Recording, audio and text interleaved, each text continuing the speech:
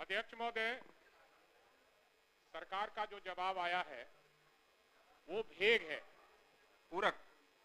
और आपके माध्यम से माननीय मंत्री जी से जानना चाहता हूं कि समान प्रशासन का संकल्प जो जवाब में उल्लेखित है उसको स्पष्ट करें। माननीय मंत्री। माननीय अध्यक्ष महोदय, इस विषय को हमने पुनः समीक्षा की थी उस आदेश के आलोक में समान प्रशासन का, और जो कोर्ट से भी एक आदेश पारित हुआ था उसके आलोक में भी। तो कुल मिलाकर के अब जो हम लोगों ने आंकड़ा पाया है वो 7,000 से कुछ ज़्यादा है, और उसकी ताकि वैसे शिक्षकों को जो दिव्यांग बच्चों को बच्चियों को पढ़ा सके उसकी अधियाचना हमने पुनः उसकी समीक्षा करके बीपीएससी को भेज दी है कि वो शिक्षक जो क्वालिफाई करेंगे बीपीएससी के थ्रू, जो दिव्यांग बच्चों को पढ़ाने के लिए सक्षम होंगे, उनकी संख्या 7,000 से ज़्यादा होगी। तो समान प्रशासन का जो निर्देश है और माननीय उच्च न्यायालय का भी एक निर्देश था, वहाँ भी एक रिट हुआ था, दोनों मिला करके हम लोगों ने इसको समीक्षा की है और भेज दिया है। और हम लोगों ने पुनः आग्रह किया है कि बीपीएससी जल्द से जल्द उनका प्रकाशन करे, उनके नियुक्ति के जो भी प्रक्रिया है, ताकि हम उनको विभाग में ले सकें। आपका काम तो हो गया।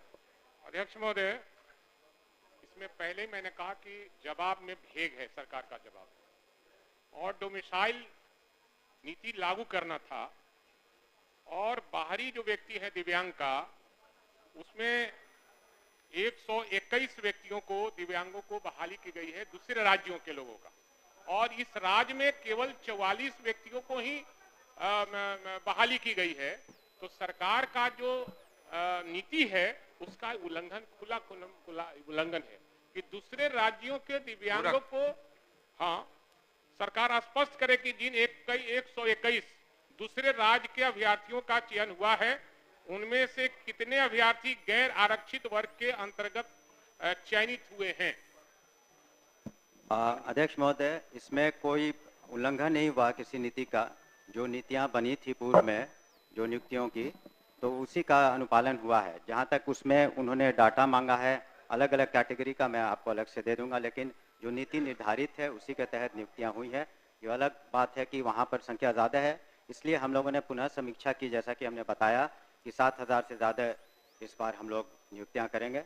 और जो डोमिसाइल नीति की आप बात कर रहे हैं उसके बारे में अभी तत्काल वो लागू नहीं है।